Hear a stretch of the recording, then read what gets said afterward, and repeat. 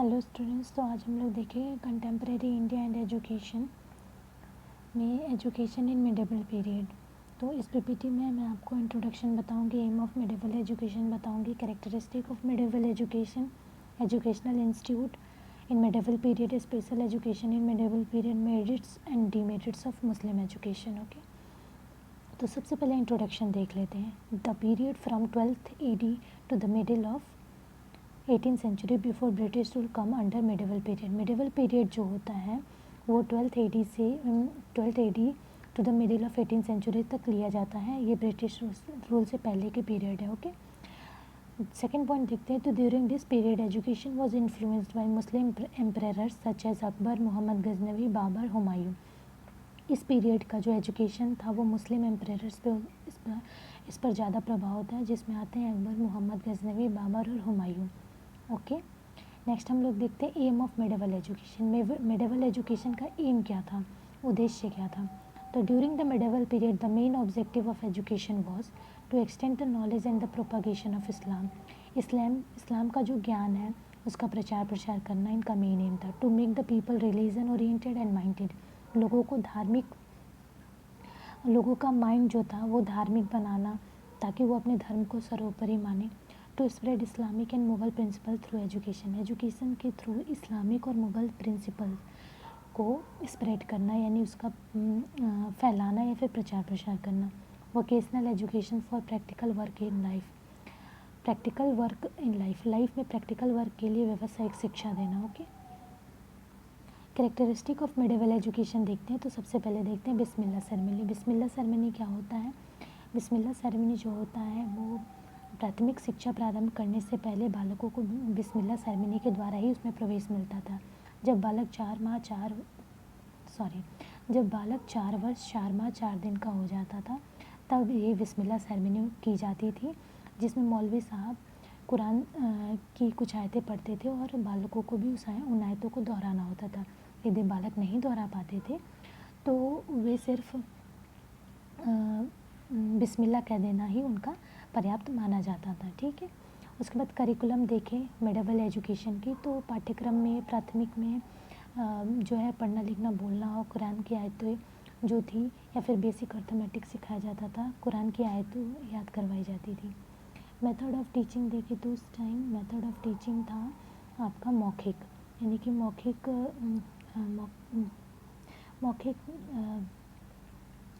विधि द्वारा ही शिक्षा प्रदान की जाती थी। ठीक है, टीचर टॉट रिलेशनशिप देखा जाए तो टीचर और विद्यार्थी के बीच निकट संबंध हुआ करता था। शिक्षक जो है बच्चे जो है उनका आदर करते थे, सम्मान करते थे और शिक्षक भी उनके योग्यताओं का विकास करने में बच्चों की मदद करते थे। डिसिप्लिन कैसा था? तो कड़ी शासन व्यवस्था थी। मतलब डिसिप्लिन जो था वो उसका कड़ा प्रावधान था। अगर बालक गलतियाँ करते थे तो उन्हें दंड भी दिया जाता था। एग्जामिनेशन सिस्टम की बात करें तो परीक्षा प्रणाली कैसी थी? तो परीक्षा प्रणाली भी मौखिक हुआ करती थी और ये जो थी एक जब अगर नेक्स्ट चैप्टर अगर पढ़ाना होता तो पहले इनके मौखिक परीक्षाओं द्वारा पहले के ज्ञान का पता कर लिया जाता था कि उन्हें जो भी पढ़ाया गया है उसे याद है कि नहीं। हॉस्टल देखा जाए तो हॉस्टल की भी सुविधा थी। बालक जो है दूर से आकर अपने मकतब या मदरसे में रहकर पढ़ाई करते थे। एजुकेशनल इंस्टीट्यूट की बात करें तो मकतब और मदरसे जो एजुकेशनल इंस्टीट्यूट थे 2 तरह के। अब आगे हम लोग देखते हैं educational institution during medieval period में एजुकेशनल इंस्टीट्यूशन के बारे में देखते हैं। तो मकतब फॉर प्राइमरी एजुकेशन और मदरसा फॉर हायर एजुकेशन। मकतब जो था वो प्राइमरी एजुकेशन के लिए होता था। In maktab primary education provided to children, प्राथमिक शिक्षा बच्चों को दी जाती थी, जिसमें बच्चों को reading, writing, arithmetic, Islamic prayers सिखाए जाते थे। ठीक है, उसके बाद अगर हम लोग देखें तो मदरसाज फॉर हायर एजुकेशन के लिए हुआ करता था। Children move to madrasas after getting education from maktab for higher education. मकतब में शिक्षा प्रदान करने के बाद, प्राप्त करने के बाद जो बच्चे होते थे वो हायर एजुकेशन के लिए मदरसाज में जाते थे।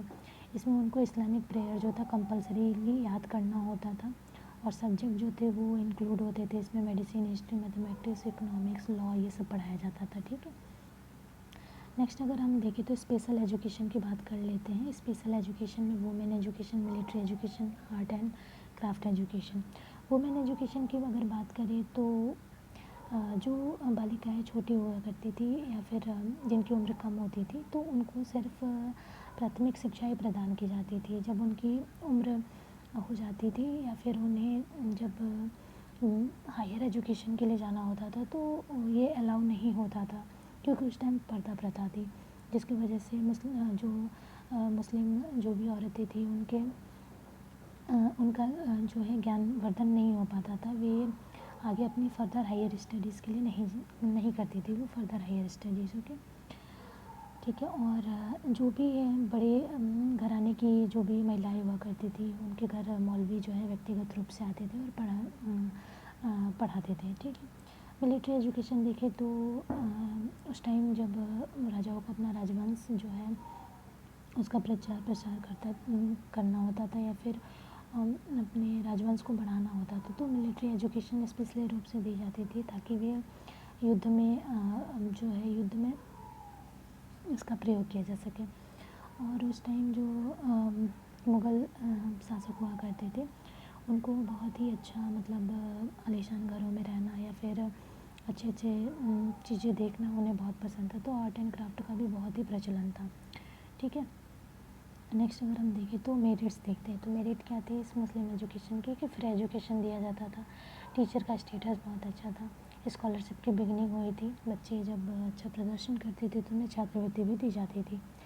सेपरेट सिस्टम ऑफ प्राइमरी और हायर एजुकेशन था ये, जैसे कि प्राइमरी के लिए मकतब था और हायर एजुकेशन के लिए मदरसास था, ठीक है। अगर डीमेरिट्स अगर देखें तो मुस्लिम एजुकेशन के डीमेरिट्स देखें तो वुमेन एजुकेशन को नेगलेक्ट किया गया, आपने देखा, और हिंदू के एजुकेशन को नेगलेक्ट किया गया। नेगलेक्ट ऑफ वर्नाकुलर यानी कि जो हमारी मातृभाषा थी, जैसे कि मातृभाषाओं को उतना जो है प्रोत्साहन नहीं दिया गया और विदेशी भाषाओं को ज़्यादा प्रोत्साहन दिया गया।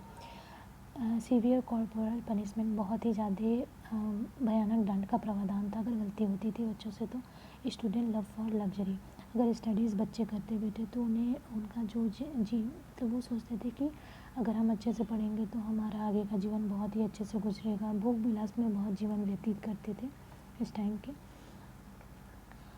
Thank you. अगर आपको वीडियो अच्छा लगे तो please like, comment, share, subscribe ज़रूर कीजिएगा। Thanks for watching.